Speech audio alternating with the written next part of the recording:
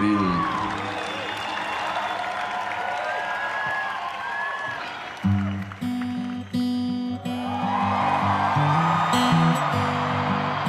Maybe it's time to let the old ways die.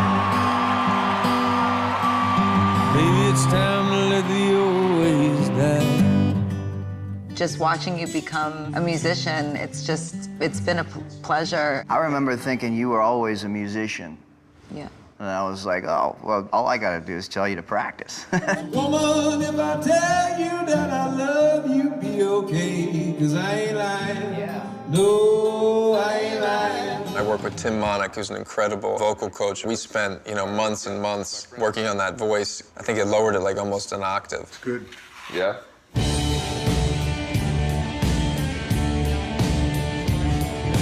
I had the sound in my head of what I wanted Jackson's guitar to sound like, and it was heavily influenced by Neil Young. His guitar strumming never floated around the neck, it attacked the neck. 3 years ago, Neil enlisted my band, Promise of the Real, to be his backing band. It was the first time in my life my eyes have gone from Neil Young playing guitar to somebody else on stage. We were talking about, so who are you going to cast as Jack's band? And I was like, who am I going to cast? No, real musicians, and it's going to be Promise of the Real. That's what's going to be. There is no Jackson, Maine without Lucas Nelson. I got those Magnatone amps and that 1956 Gibson Les Paul Jr., and that became Jack's sound. Yep. I would have like a full day of prep, and then at like 2 in the morning, meet these guys at the studio and work till 4. And we look like brothers at the time. We started to look like each other. Yeah, we started to look like each other.